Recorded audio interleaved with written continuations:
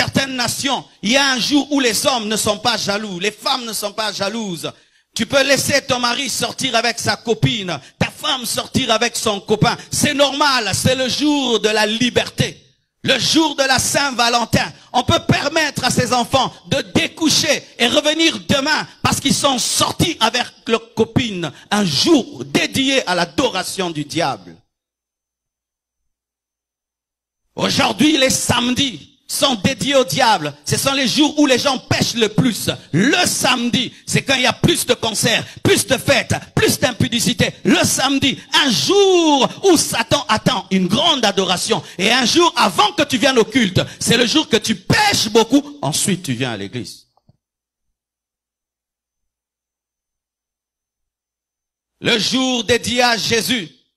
24 décembre, disant fête de Noël, c'est le jour où les gens se livrent à des perversions. C'est pourquoi je ne crois pas à cette Noël-là. Le jour de la fin de l'année où on doit célébrer le Seigneur, c'est le jour où encore les gens se livrent à des grands péchés. Satan aime voler ce qui doit être réservé à Dieu. Voyez, la vie des occultistes n'est que perversion sur perversion. Voyez la vie des stars de la musique. Voyez leurs clips. Leurs clips, ce n'est que sexualité, sexualité. Leurs chansons, sexualité sur sexualité. Leur vie, divorce sur divorce et sur divorce et sur divorce. Et je ne comprends pas que des enfants de Dieu puissent aimer regarder de tels clips, regarder, entendre de telles musiques, regarder des télé-réalités d'une famille Kardashian qui est une famille vraiment d'abomination. Et aujourd'hui, ils ont du succès parce que papa a décidé d'être maman. Vous vous imaginez? Ils ont du succès parce que papa a décidé de devenir maman. Maintenant, vraiment, quel audimat! Et les enfants disent, vraiment, papa, tu étais vraiment courageux. Hein? Comment tu pouvais accepter tout ça? Donc, vraiment, je te comprends vraiment. Quel courage de te révéler tel que tu es. Yaka baba. Les blancs, ils comprennent tout, ils comprennent tout, ils comprennent tout. Tu peux prendre là une arme, tu nous tues tous. Ils disent non, vraiment, ils passaient par des stress, c'est de la schizophrénie. Abomine de biso. Tokoufi, tokil felo. On aime une star, mais cette star dans sa vie a divorcé 20 fois, 30 fois. On aime une star, mais cette star, clairement, a une vie de perversion. D'autres femmes maintenant, dans un concert, une femme embrasse une autre, on acclame le lesbianisme dans un concert, on acclame. Alors qu'avant on peut faire burk, maintenant on dit waouh.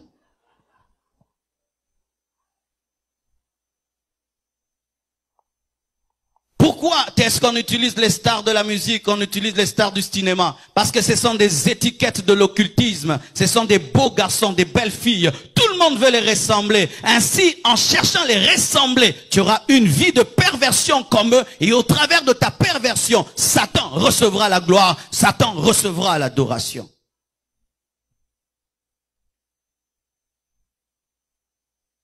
Ce n'est pas un hasard, frères et sœurs.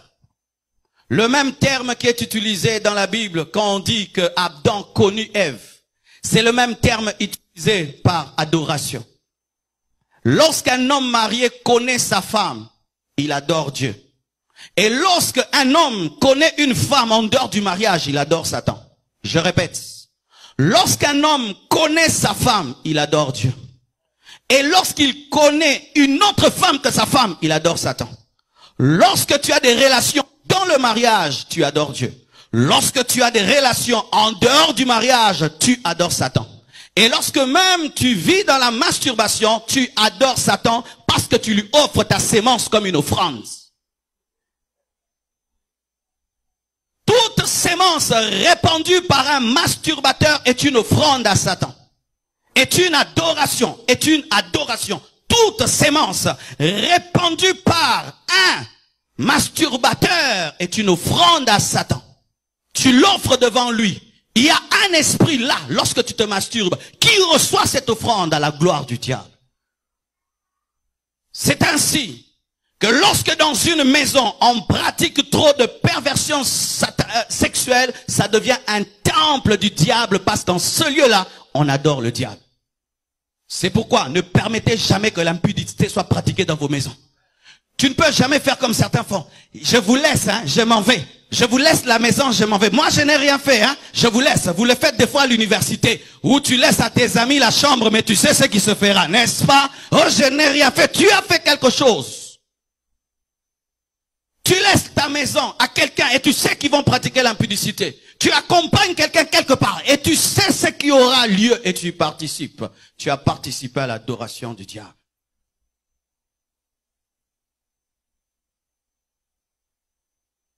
Dieu, sachant que le diable se sert des perversions pour amener une adoration à lui, a interdit aux Juifs de se marier, à se marier avec les païens, à se marier avec les païens, les nations étrangères, pour qu'ils ne soient pas infiltrés par les démons au moyen de la sexualité.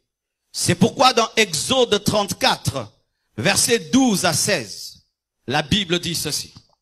Garde-toi de faire alliance avec les habitants du pays où tu dois entrer, de peur qu'il ne soit un piège pour toi. Au contraire, vous renverserez leurs autels, vous briserez leurs statues et vous abattrez leurs idoles. Tu ne te prosterneras point devant un autre Dieu, car l'Éternel porte le nom de jaloux. Voici un nouveau nom de Dieu que souvent on ne connaît pas. Dieu s'appelle jaloux. Dieu n'est pas jaloux, il s'appelle jaloux. Oh, donnez-moi l'amen. La Bible dit, tu ne te prosterneras pas devant d'autres dieux, car ton Dieu s'appelle jaloux. Et il est un Dieu jaloux. Avant d'être un Dieu jaloux, son nom c'est jaloux. Quand tu adores jaloux, qui ne peut pas céder ta vie avec le diable, avec le monde, avec le péché. Il s'appelle jaloux. Lorsque tu sens dans ta vie qu'il commence à avoir des tolérances et des compréhensions du péché, ce n'est pas Dieu, parce que Dieu s'appelle jaloux. Il n'est pas seulement El Shaddai, il n'est pas seulement Jéhovah Jireh, celui qui pourvoit, il est aussi jaloux. Il s'appelle jaloux, jaloux, jaloux, jaloux.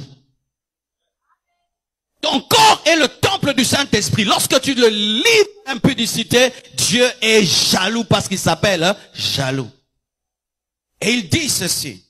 Garde-toi de faire alliance avec les habitants du pays par le mariage, de peur que, se prostituant à leur Dieu et leur offrant des sacrifices, ils ne t'invitent et que tu ne manges leurs victimes, de peur que tu ne prennes de leurs filles ou tes fils, et que leurs filles, se prostituant à leurs dieux qui sont des démons, n'entraînent tes fils à se prostituer à leurs dieux qui sont des démons.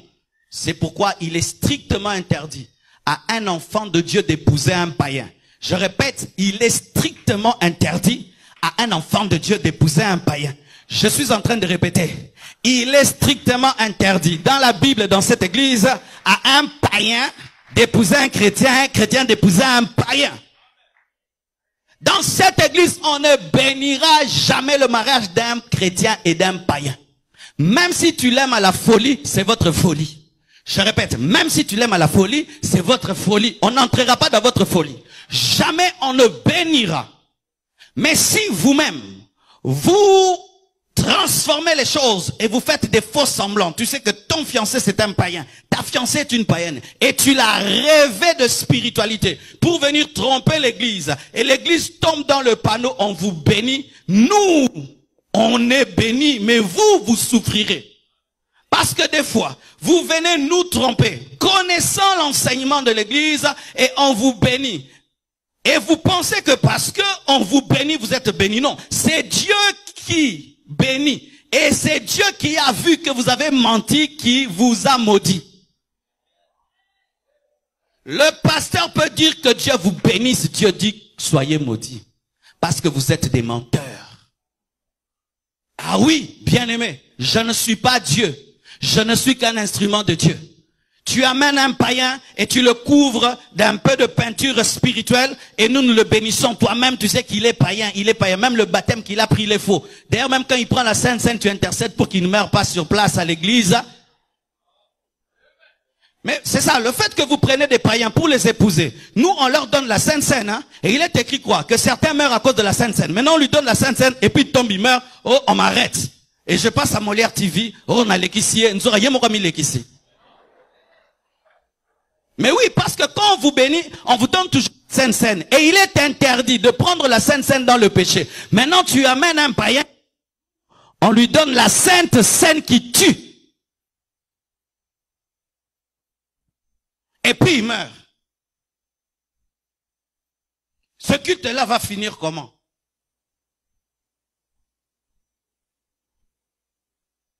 Certains vont dire, non, pasteur, je suis pas d'accord avec toi. C'est dans l'Ancien Testament que Dieu interdisait à Israël d'épouser les Jébusiens et les Amoréens. Nous sommes au temps de la grâce. Nous pouvons les épouser, car la Bible dit, allez faire de toutes les nations mes disciples. Les nations représentent le monde, ce sont les païens. Moi, le Seigneur m'a dit d'aller en évangélisation. Oui, voici pour toi qu'il y a toujours des versets. Un autre verset. Dans le Nouveau Testament maintenant. 2 Corinthiens 6, versets 14 à 18. Ne vous mettez pas avec les infidèles sous un joug étranger. Car quel rapport y a-t-il entre la justice et l'iniquité? Ou qu'y a-t-il de commun entre la lumière et les ténèbres? Quel rapport y a-t-il entre Christ et Bélial? Ou quelle part a le fidèle avec l'infidèle? Quel rapport y a-t-il entre le temple de Dieu et les idoles? Car nous sommes le temple du Dieu vivant. Comme Dieu l'a dit, j'habiterai et je marcherai au milieu d'eux. Je serai leur Dieu, ils seront mon peuple. C'est pourquoi sortez du milieu d'eux et sépare-toi de ton fiancé païen. Sépare-toi de ta fiancée païenne. C'est ce que la Bible dit.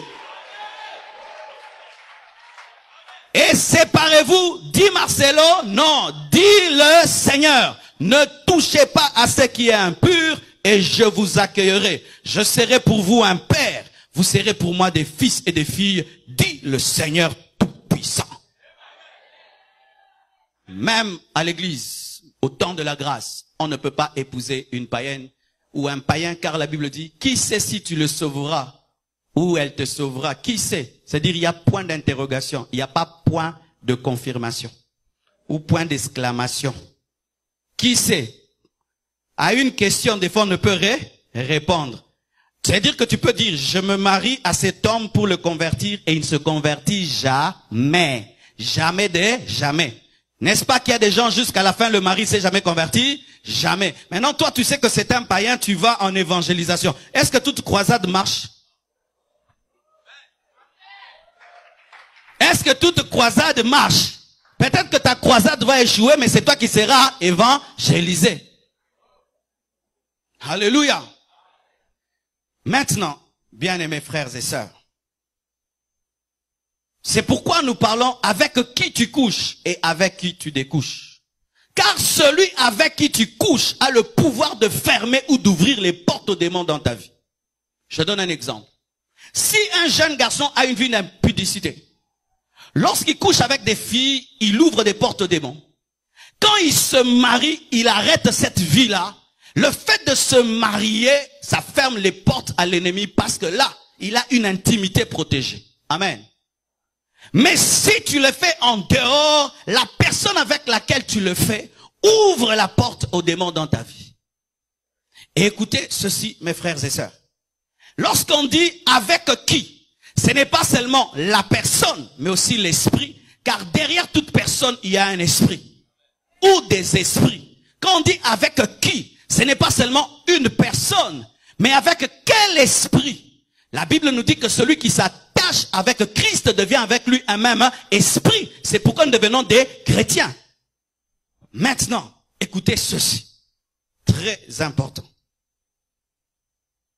Dans Genèse 6, versets 2 à 8, nous voyons à quel point il est possible par un transfert sexuel de détruire toute une génération. Toute une génération. Dans Genèse 6, versets 2 à 8, on nous dit ceci.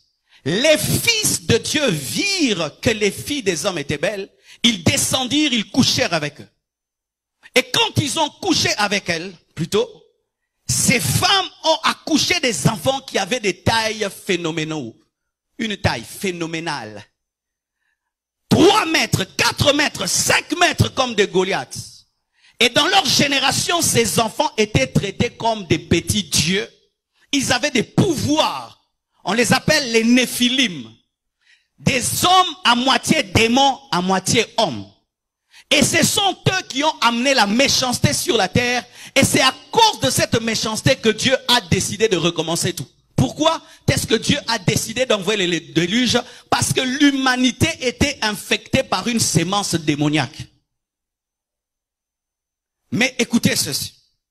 Lorsque les démons sont venus, c'est sûr qu'ils ont pris corps afin de s'unir à ces femmes. Mais ces femmes, lorsqu'elles se sont unies à ces hommes, ce n'étaient pas que des hommes, c'était des esprits.